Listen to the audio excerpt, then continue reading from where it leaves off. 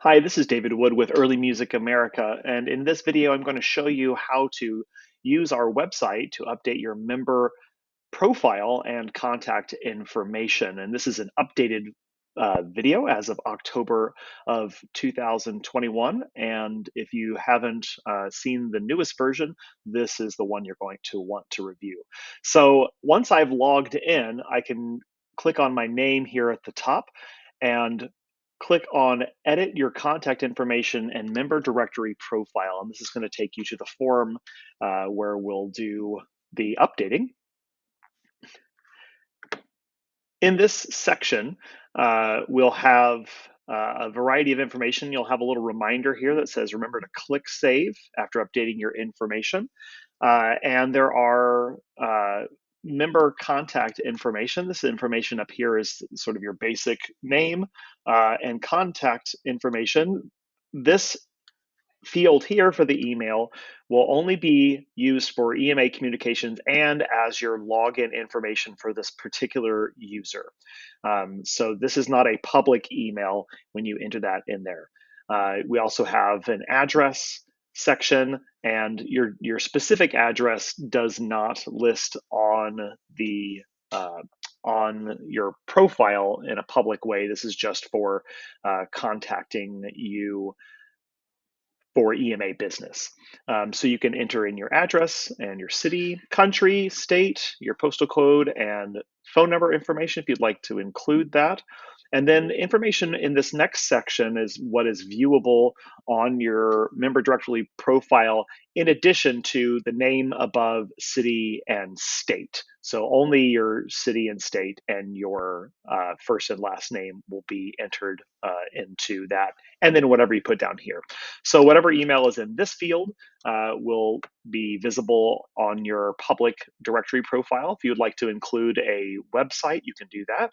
And there's a section here where you can put whatever you'd like. This is a rich text area, so you can include um, uh, bolded text like here and italicized text. You can create links by highlighting text and then clicking the link button here. And if I double click this, you can see that I've added in my Wikipedia reference to myself. And you can make this look however you would like to. And we know that a lot of performers also like to include information about upcoming events that can be updated through here, or links to their ensembles that they're involved with, or whatever information you would like located in this section. Below that, you've got a section where you can tick off your skills and interests. So these are instruments that you might play, voice types that you might sing. And then we also have a section here for your affiliation. So this is like, what other kind of work do you do within early music? Are you a composer? Are you an educator? Are you a performer? Those types of things. So as it relates to early music, then you have a place here where you can upload a little profile image that will be viewable within the directory.